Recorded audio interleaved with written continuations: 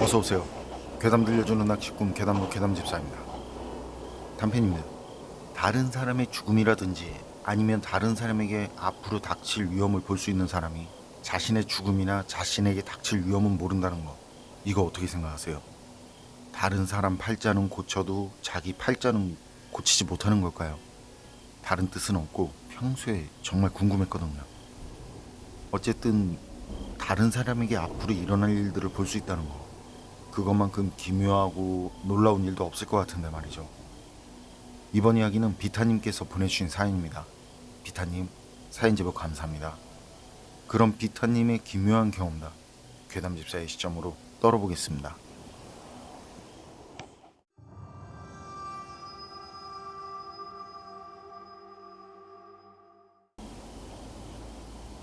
제가 소름 돋는 오싹한 얘기 하나 해드릴게요.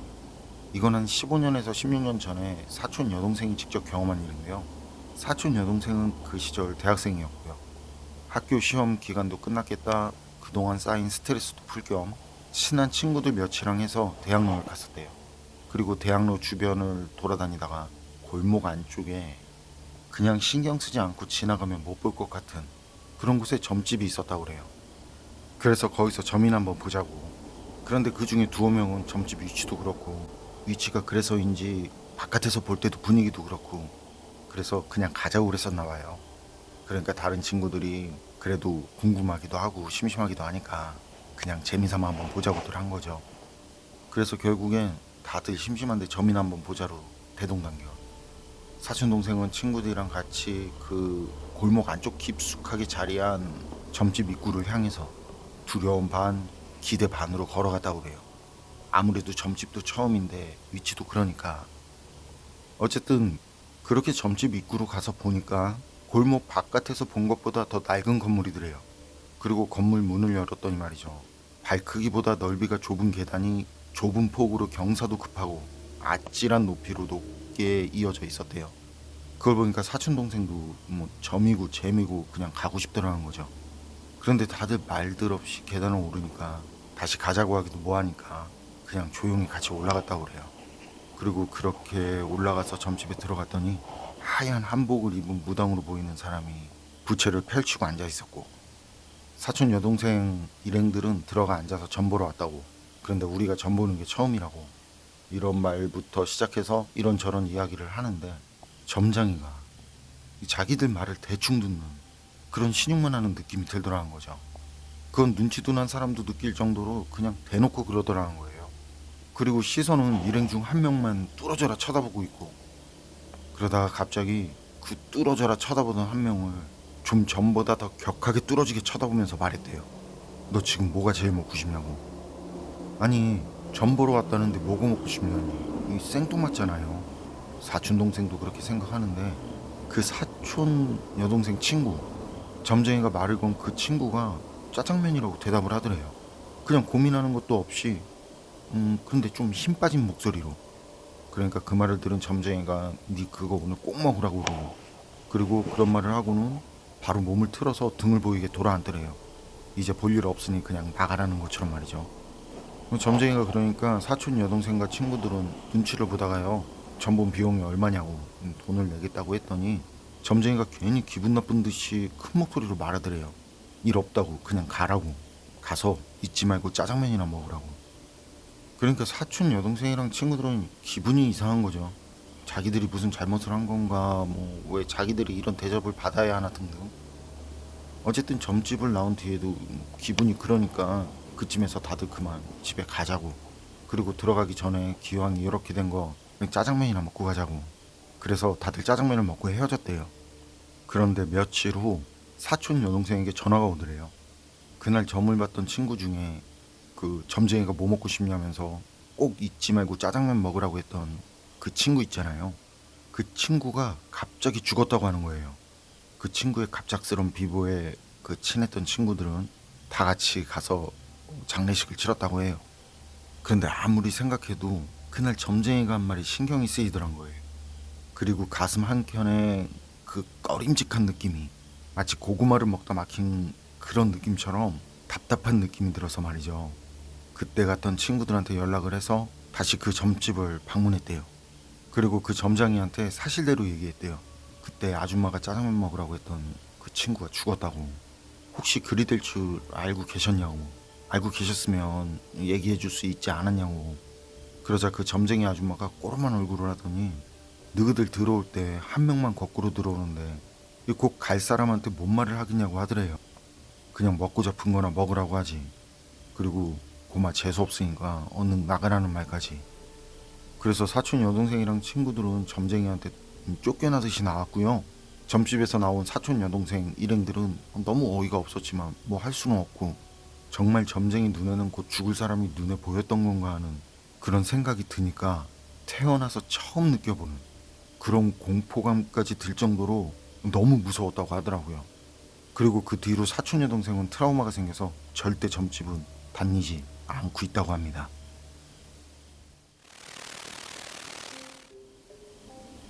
비타님 사연은 여기까지인데요. 죽음을 미리 본다라. 그런데 말이죠. 다른 사람의 죽음은 보여도 자신의 죽음은 보이지 않는 걸까요? 다른 사람의 앞날은 알아도 자신의 앞날은 모르는 걸까요? 얼마 전에도 기사가 나왔지만 저수지에 빠져 죽은 무속인들 얘기가 있었잖아요. 그런 죽음을 미리 봤다면 피할 수 있었을 것 같은데 말이죠. 그것 말고도 들은 얘기들도 많고 그런 걸 보면 뭘까요? 자신의 죽음은 보이지 않는 걸까요? 손을 쓸 수 없으니까 그냥 운명이겠거니 하고 받아들이는 걸까요? 전 이런 사연들을 보거나 들으면 늘 이런 게 제일 궁금하더라고요. 여러분 생각은 어떠세요? 판단은 여러분께 맡기겠습니다.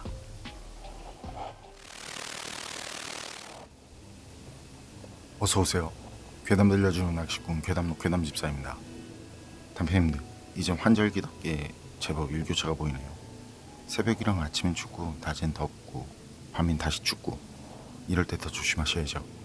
담배님들 모두 절대 아프신 곳 없이 늘 건강하시고 어느 곳에서나 어느 순간에나 항상 평온하시길 바랍니다. 이번 이야기는 일본 괴담 채널에 올라온 사토시의 기묘한 경험담입니다. 그럼 일본인 사연자 사토시의 기묘한 이야기 괴담집사의 시점으로 떨어보겠습니다.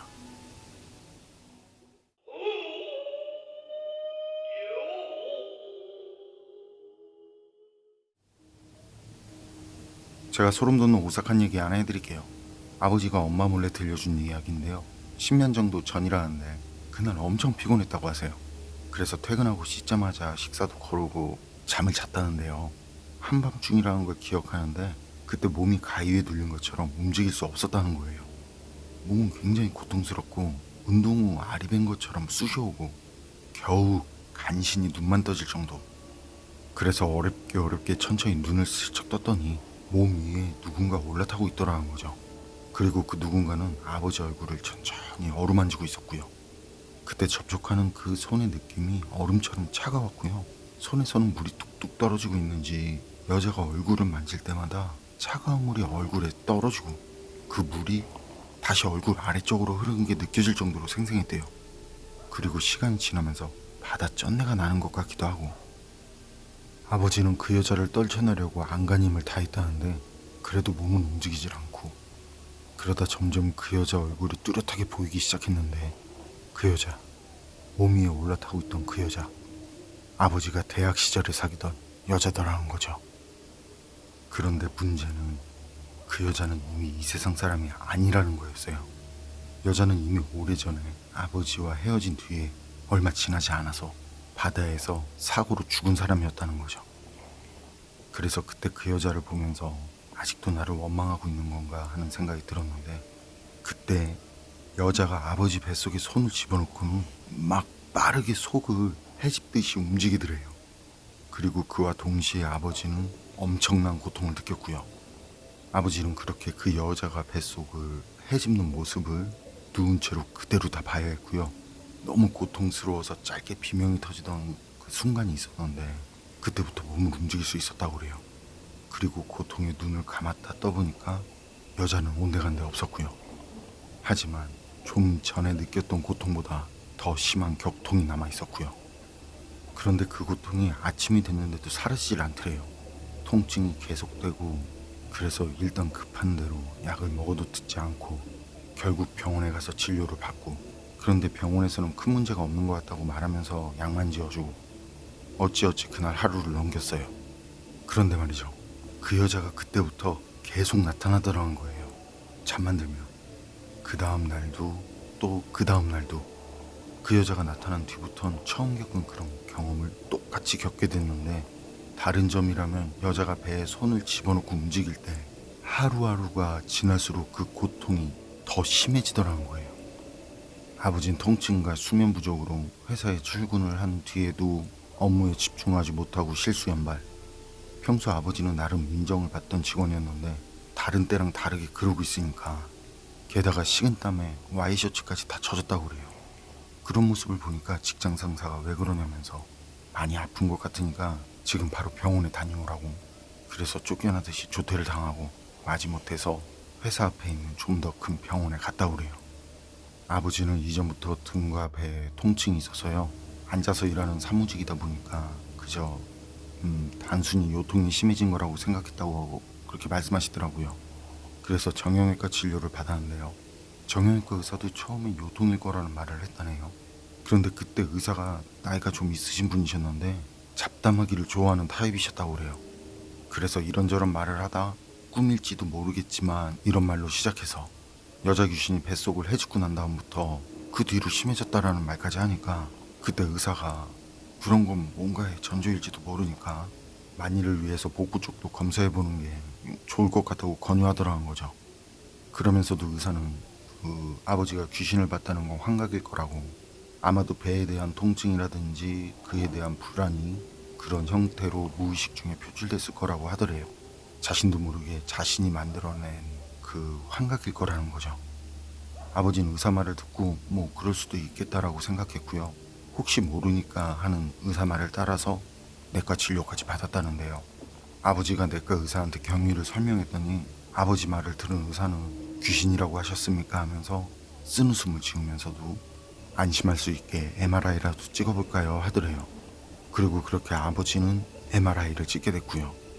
그런데 MRI를 찍어보니까 췌장에 검은 물체가 발견됐고요.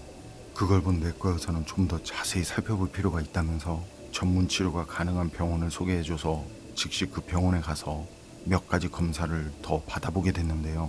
초기 췌장암이라는 검사 결과가 나온 거예요. 그리고 그때 의사가 흥분하면서 아버지한테 췌장암인데 수술 가능하다는 건 엄청 행운이라고 그렇게 말한 모양이에요. 실제 췌장암은 자각 증상이 없기 때문에 꽤 악화되고 나서야 발견되는 일이 다반사라는 걸 아버지도 그 뒤에 알게 됐다고 하고요. 그리고 그게 엄청난 행운이라는 걸 알게 된 아버지도 그때 약간 흥분된 어조로 정형외과 의사 얘기부터 해서 거기까지 검사를 받으러 오게 된 거라고 말을 했다는데요. 그때 아버지 말을 들은 의사가 하는 말이, 암 초기 단계에서 통증이 그렇게 심할 거라고 생각할 수 없기 때문에 그 정형외과 의사의 판단이 탁월했다고, 그리고 다시 한번 운이 정말 엄청 좋았다고 하더래요. 참고로 그땐 귀신 얘기는 하지 않았다고 하시고요. 결국 아버지는 췌장암을 완전히 적출할 수 있었어요. 그리고 이후엔 전이도 없었고요. 인슐린 주사를 계속 맞아야 하지만 현재도 건강히 생활하고 있으세요. 그리고 아버지는 이 얘기를 들려주시면서 그때의 여자친구 귀신이 과연 아버지의 환각이었는지, 병을 주고 간 건지, 그렇지 않으면 병을 알려준 건지 그건 모를 일이라는 말씀을 하시더라고요. 하지만 이런 얘기를 엄마한테는 평생 말하지 말라고 그렇게 제게 당부를 하시면서 들려준 이야기입니다.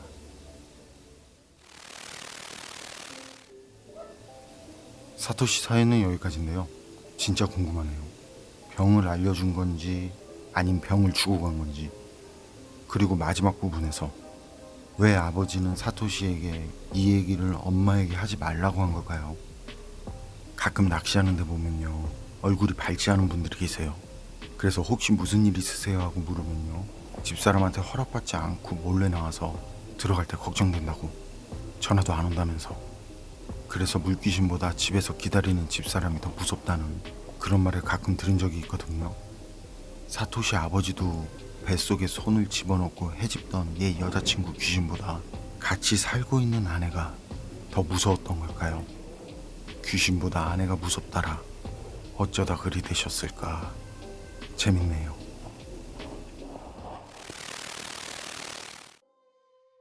어서 오세요. 괴담 들려주는 낚시꾼 괴담노 괴담집사입니다. 단편님들, 꿈과 현실 이어져 있다고 생각하시나요? 현실에서 사건이 있었고 전에 꾼 꿈을 가지고 그 사건을 갖다 맞추는 게 아니라 꿈을 꾼 상황이 그대로 현실에서 똑같이 일어나는 거. 자다가 꿈속에서 소변을 보고 일어나니까 이불이 촉촉하게 젖어 있더라, 이런 거 말고. 이번 이야기는 일본 괴담 채널에 올라온 기묘한 이야기입니다.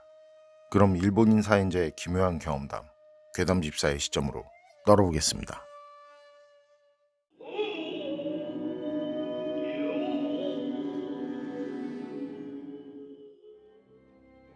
제가 소름 돋는 오사카 이야기 하나 해드릴게요. 이건 제가 작년에 알바를 하던 곳에서 경험한 이야기인데요. 제가 알바를 하던 곳은 초대형 식자재마트였고요.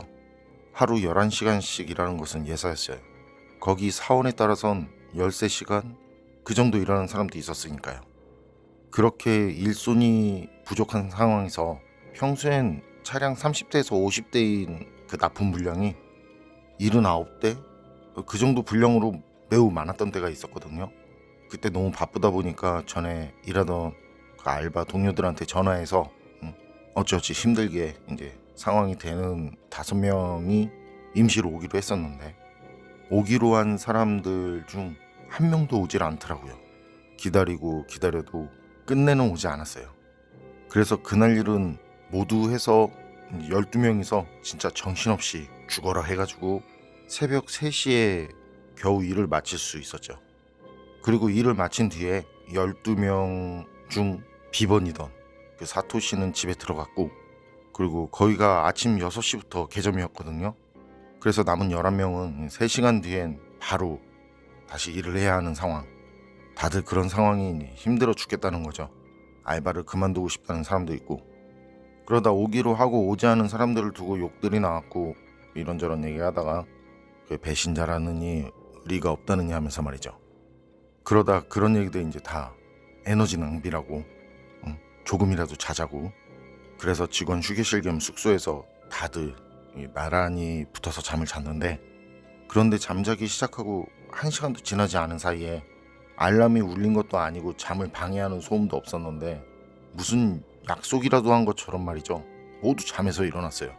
그리고 서로 얼굴을 돌아가면서 쳐다보다가 너무 피곤하니까 다들 아무 말 없이 다시 자리에 누워서 잠이 들었는데, 개점 시간이 다 돼서 다들 일어난 뒤에 말이죠. 다들 밤에 왜 일어났는지 그 이야기를 했을 때 저도 그렇고 모두는 이상한 꿈 때문에 그때 일어난 거였다고. 그래서 꿈 얘기를 했는데 그때 모두가 꾼 꿈은 동일했어요. 사거리 교차로에서 신호를 무시하고 달려온 트럭이 오토바이를 타고 다니는 사토시를 들이받고 뺑소니 치는 꿈. 그리고 사토시는 현장에서 즉사. 그때 그 장면에서 모두는 눈을 뜨고 일어난 거고. 그래서 바로 사토시에게 혹시 무슨 일이 있나 하고 연락을 해도 연락이 닿지 않더라고요. 아침 6시. 근무 시작 시간이 돼서 일을 하고 또 이렇게 일을 하다 보니까 이미 시간은 오후 9시. 그때 모두들 거기 냉동식품 포장 작업을 하게 돼서 그 초대형 냉장고에 들어가게 됐고, 저랑 야마다 둘이서 같은 조로 1번 냉동고 정리할 제품들을 가지고 냉동고 문을 닫고 나왔는데, 그리고 포장을 뜯고 작업을 시작한 지 한 30분 정도 지났으려나? 그 매장 사원이 와서는 왜 냉동고 문을 제대로 닫지 않았냐고 그렇게 말하면서, 그래서 자기가 닫았다고 그러면서 막 뭐라고 얘기를 하더라고요. 그래서 저랑 야마다는 분명 잘 닫았다고. 거기 냉동고 문이 무겁고 또 낡아서 그 닫힐 때 철컥하는 소리가 크거든요. 근데 사원이 한 5cm 정도 열려 있었다고 하더라는 거죠. 그때 저랑 야마다는 눈빛으로 분명 닫았잖아 하면서 서로 마주보고는 이상하다 이런 생각을 하면서 또 다시 포장을 뜯고 작업을 하는데, 아까 그 사원이 또 오는 거예요. 그리고 왜 또 그 냉동고 문을 닫지 않았냐고 하더라고요. 그래서 우린 그땐 그 이후로 냉동고에 간 적이 없다고. 어쨌든 그래서 저랑 야마다는 도대체 냉동고 문이 왜 열리는지 지켜보기로 하고 직원한테 말하고 냉동고 앞에 가서 냉동고를 보는데, 그때 찰컥하면서 진짜 직원 말대로 냉동고 문이 열리더라고요. 그게 문이 무겁기도 하고 또 낡아서 말이죠. 자동으로 그냥 열릴 문이 아니거든요.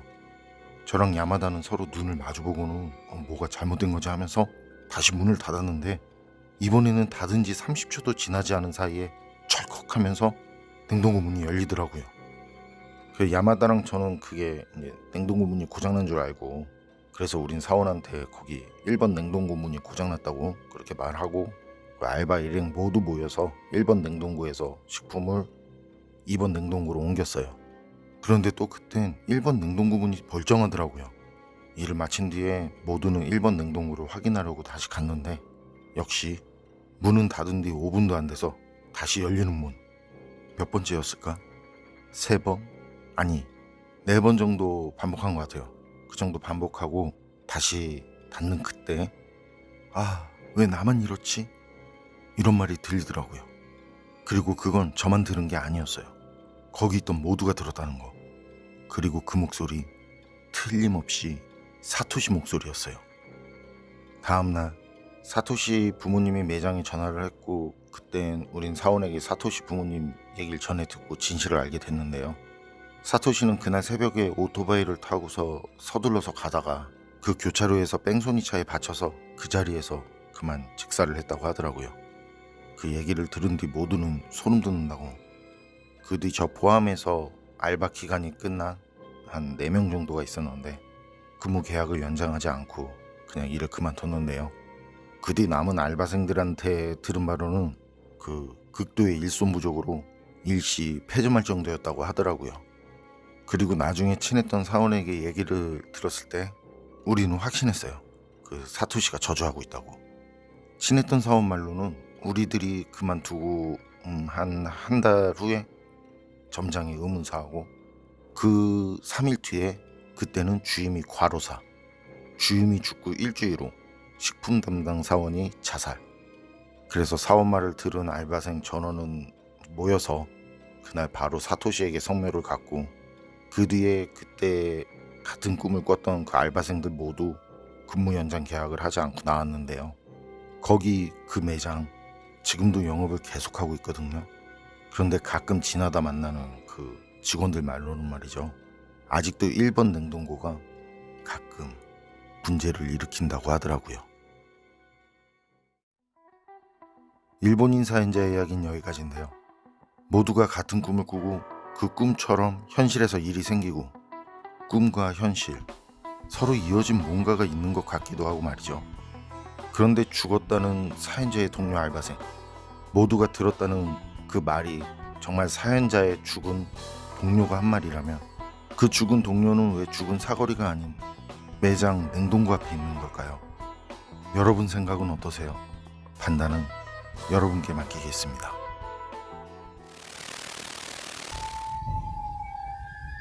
안녕하세요. 괴담로 괴담집사입니다. 이번 이야기는 단짠소주님께서 보내주신 단짠소주님의 취미로 인해 생긴, 어찌 보면 인연이라는 것에 대한 신기하면서도 소중함을 느끼게 해주는 사연입니다. 단짠소주님 사연 제보 감사합니다. 그럼 단짠소주님의 사연 제가 떨어보도록 하겠습니다.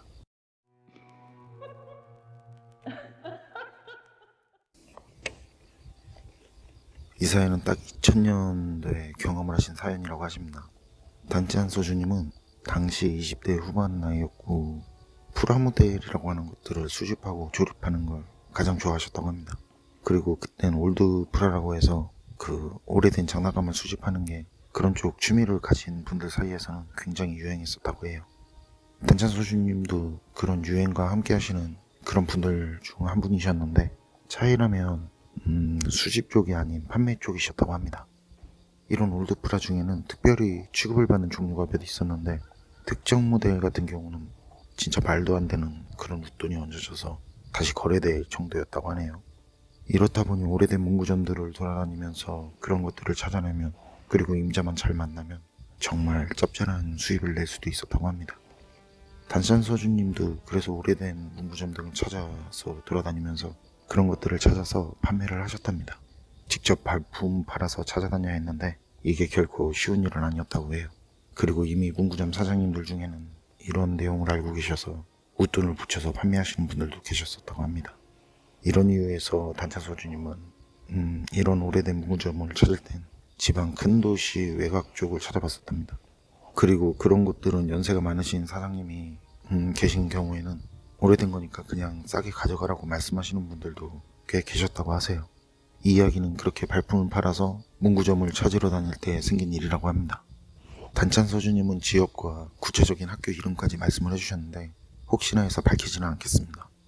그곳은 그렇게 작지도 않은 지방도시였고 동네 안에 초등학교가 있었는데 좁은 길을 사이에 두고 주택들이 모여있는 곳이라서 그런지 초등학교 앞에는 문구점들이 보이지 않더래요. 이런 경우에는 경험으로 볼 때 득템을 할 확률이 높았다고 하세요. 학교 정문 바로 옆에는 자전거를 세우는 곳이 있었는데 늦게 도착을 해서 학교에는 학생들도 없었고 사람들도 안 보여서 그 자전거 세우는 곳 옆에 주차를 하고 동네를 돌았다고 합니다. 동네에는 오래된 작은 집들이 띄엄띄엄 있었고 시골 같지만 시골 같지 않은, 그리고 문구점들은 작은 가게 형식으로 한참 거리를 두고 위치하고 있었답니다. 그런데 문구점에는 그냥 간단한 체육용품이나 문구용품들, 그리고 약간의 과자나 아이스크림, 불량식품들을 판매하고 있었다고 합니다. 혹시 장난감 없냐고 물어보니까 뿅망치, 플라스틱, 칼이나 방패, 물총 이런 거 보여주시더래요. 그리고 조립식 프라모델들도 몇 개 있었는데 신제품들 몇 개 뿐이었답니다. 이때까지 세 곳을 찾아서 갔었는데 세 곳 다 같았다고 해요.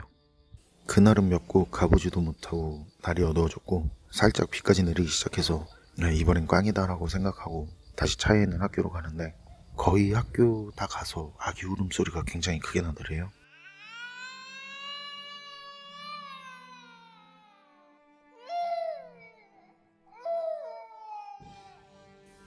그래서 그 소리가 들리는 쪽을 보니까 건물과 건물 사이에 좁은 골목이 있는데 그 틈으로 아기 엄마처럼 보이는 어떤 여자가 고개를 푹 숙이고 유모차를 끌고 왔다 갔다 하는 모습인 것 같은 그런 실루엣이 보였고, 아기가 그렇게 크게 우는데도 지나가는 사람이 몇 있었던 것 같은데 아무도 신경을 쓰지 않더래요.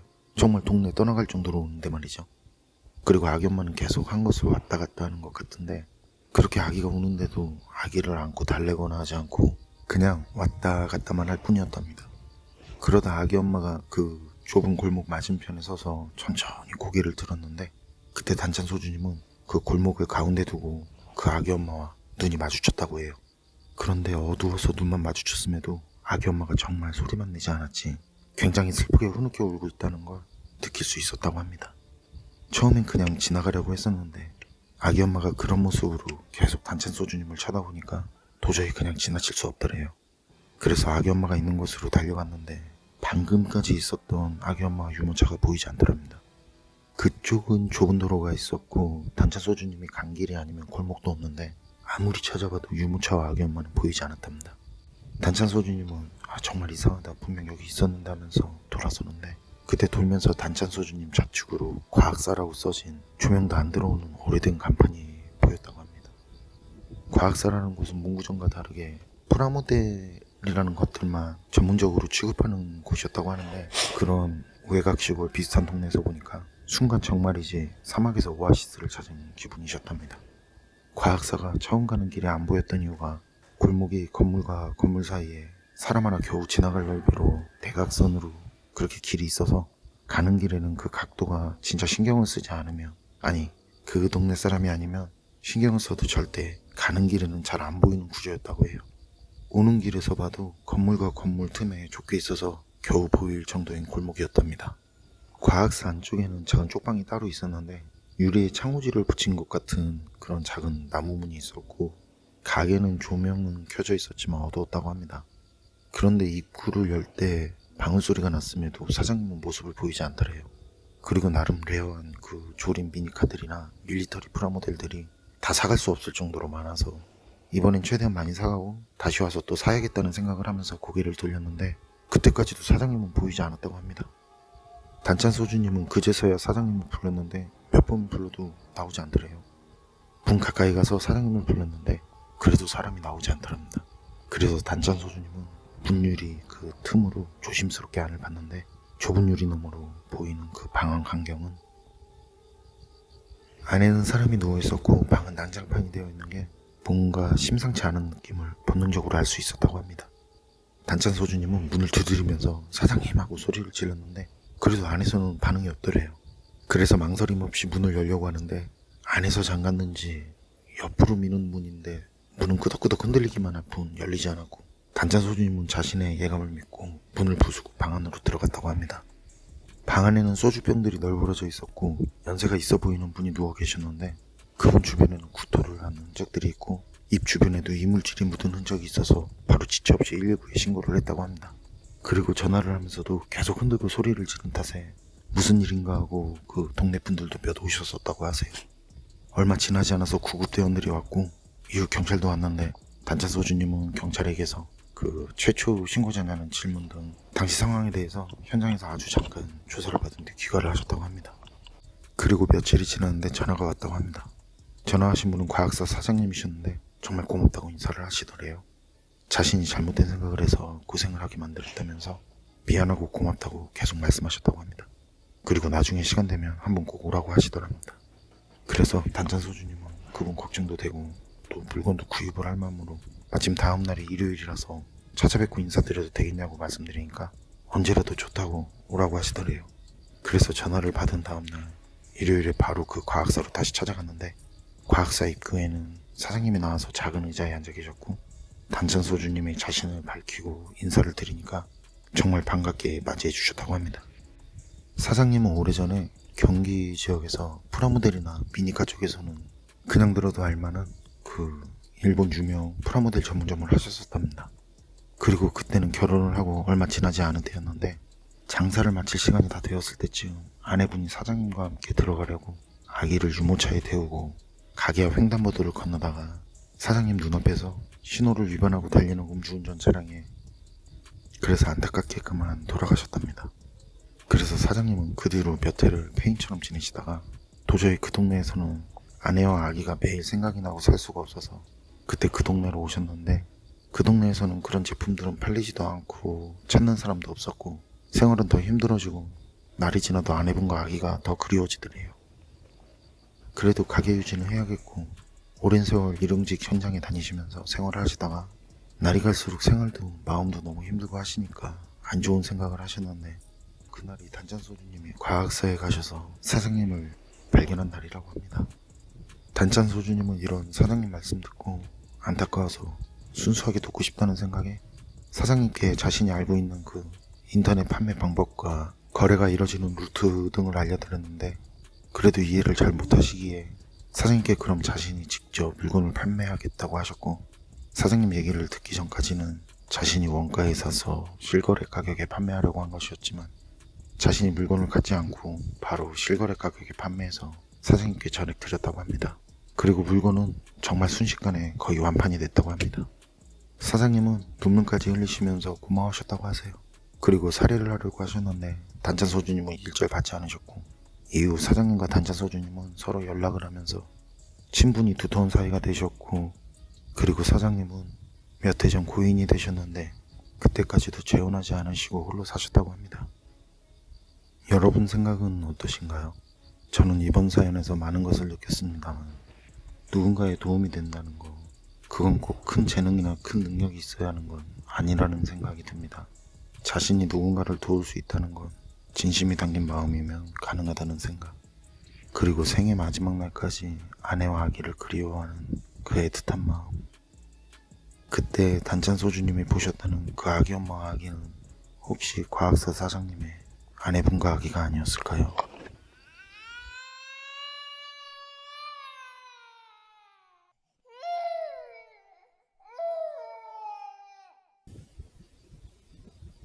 우리 이웃 중에는 귀신이나 악령보다 하루 한 끼 걱정이 더 무서운 분들이 계십니다.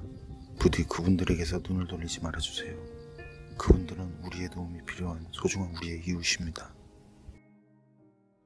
괴담로 오늘 이야기는 여기까지입니다. 그럼 저는 다음에 또 다른 사연으로 찾아뵙겠습니다. 늘 건강하시고 평온하세요.